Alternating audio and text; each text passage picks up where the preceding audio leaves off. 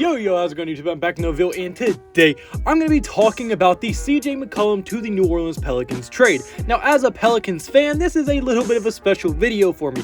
Really, since the DeMarcus Cousins trade, we haven't had a big trade like this to really get excited for, and finally we get another thing to be excited for. And me personally, I do think this trade does help both sides for what they're trying to do. So I'm going to get into all those things in this video. I'm going to get into the package itself, how I think it helps the Pelicans, and how I think it helps the Portland Trailblazers. So I'm going to get into all that in this video, and if you do like the video at any point, hit the like button and the subscribe button. That would mean the absolute word to me. And without further ado, without running on too much, let's get right into this video. Alright, so the first thing I want to get in this video is going to be the trade package itself, being that the New Orleans Pelicans are getting CJ Mcollum, Tony Snell, and Larry Nance Jr., while the Portland Trailblazers are getting Josh Hart, Thomas Satoransky, Nickeil Alexander-Walker, Didi Lidalza, a 2022 first-round pick, and 2 second-round picks going into the future. Now, I am aware that Satoransky and Nickeil Alexander-Walker have already been flipped, so basically what they ended up getting is Josh Hart, Joe Ingles, Elijah Hughes, a 2022 weirdly protected first-round pick, and 2 future seconds. So that's pretty much like what the Blazers have fully acquired, but it's not really going to be going into that. Basically what I'm getting into is going to be how this specific trade helped the Blazers. So I am going to be touching a little bit on how them flipping Nickeil and Thomas Satoransky into what they did is going to help, but this is mainly going to be on how I think this specific trade helps both of these teams.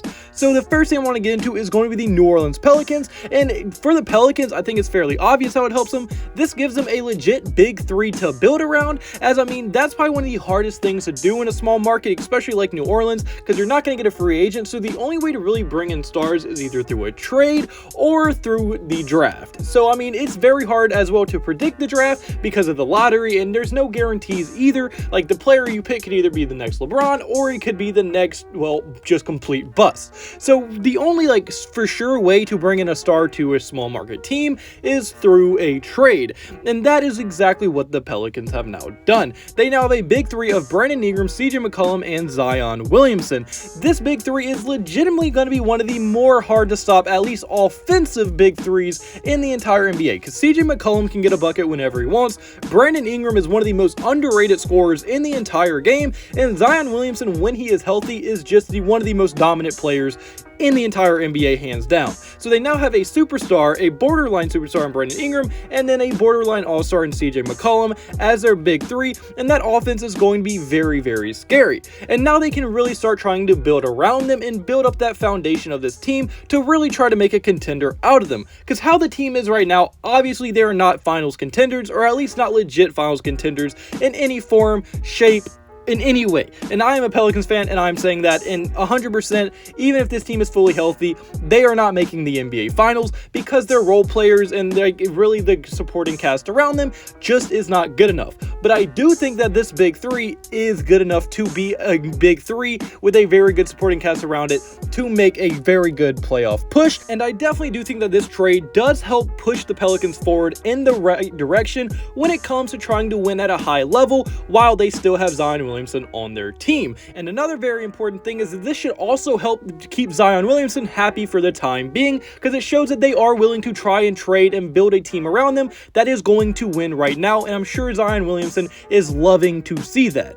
And then another big part of this trade that a lot of people are talking about is Larry Nance Jr. Now, although Larry Nance does need surgery and he's going to be out about 5 weeks, when he does come back, he is going to help a ton filling in the role that Josh Hart is leaving. Now, although he's probably not going to be able to do what Josh Hart did, because Josh Hart was having one of his best years of his career in New Orleans, offensively and defensively, he always gave 100%, but I do think Larry Nance can at least try to fill that hole that Josh Hart is going to leave. And another thing I want to address as a Pelicans fan, when this team is fully healthy, everyone right now is saying Devontae Graham and CJ Mcollum aren't going to be a good backcourt together because of their defense, and I would agree, but that is not going to be the starting backcourt when this team is fully healthy. Like, the starting five when this team is fully healthy is going to be CJ McCollum, Brandon Ingram, Herb Jones, Zion Williamson, and Jonas Valanciunas.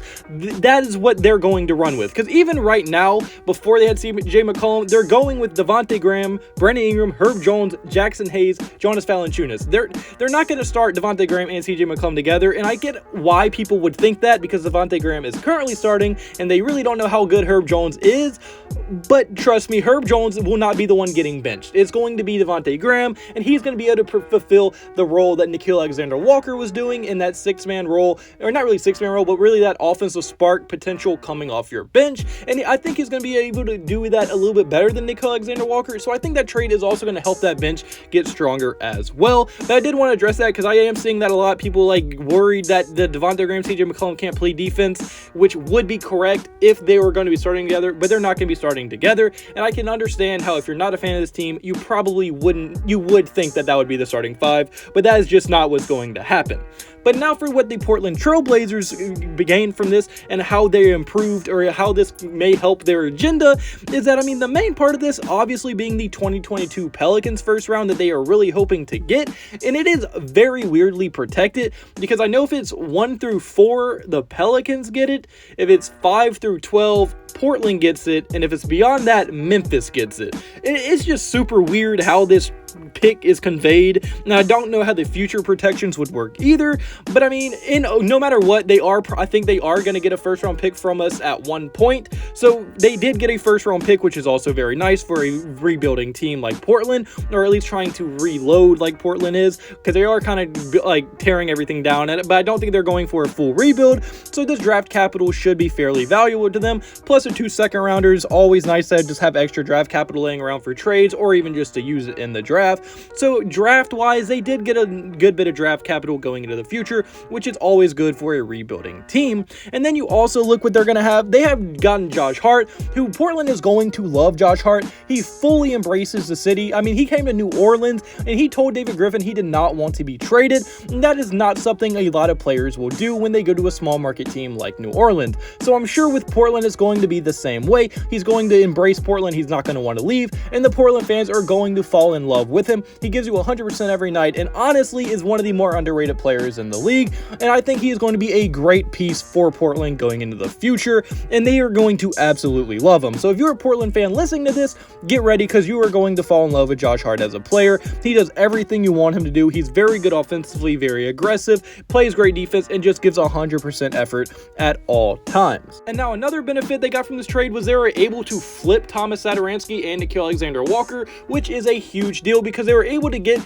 most importantly, Joe Ingles, but they also got Elijah Hughes out of it. But Joe Ingles should be a great role player for this Portland team when he gets healthy. And anytime you can add one of the best three-point shooters in the entire game alongside Damian Lillard, when this team gets fully healthy, they could be a very solid team with a starting lineup of something looking like Damian Lillard, Joe Ingles, Yusuf Nurkic, Anfernee Simons, Josh Hart, something like that, some type of variation. I don't follow the Blazers too much, but I'm assuming that's around what the starting five would look like if this team was fully healthy and fully trying to win games right now.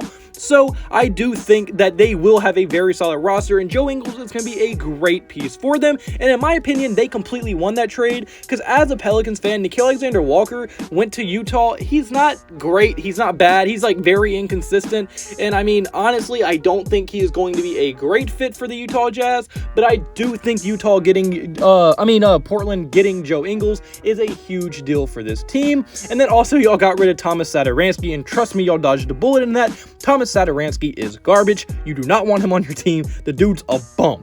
All right, watching him play for the Pelicans all year made me realize how bad he is. He gives you nothing. You dodged a bullet on that, and you were able to flip him into Joe Ingles, which I think was a huge dub for the Blazers. So overall, I think both teams really got what they wanted out of it. The Pelicans got another star to put up by Zion, while the Portland Trail Blazers really tried to further on the rebuild and really speed up the process to keep Damian Lillard happy and in Portland, which I am assuming that is what they ultimately want. And surprisingly, Damian Lillard must just be the most loyal guy ever, because he didn't even say anything about wanting to leave in his last quote. His quote was something like, "I want to win in Portland, my heart's in Portland," and all things like that, which is just crazy that he's still being this loyal to this team. But hey, he's doing what he's doing, and honestly, you kind of got to respect it, and Portland got a real one in him. So I think for sure both teams benefited from this trade, but I want to hear what you think in the comment section below. Who do you think won this trade? What do you think could have done better? I want to hear your thoughts in the comment section below. And if you like the video at any point, hit the like button and subscribe button. It means the absolute world to me. Hope you have a blessed day, have a blessed day, so you have a blessed day. All glory to God. See you in the next video. Goodbye. Boo. Blah, blah.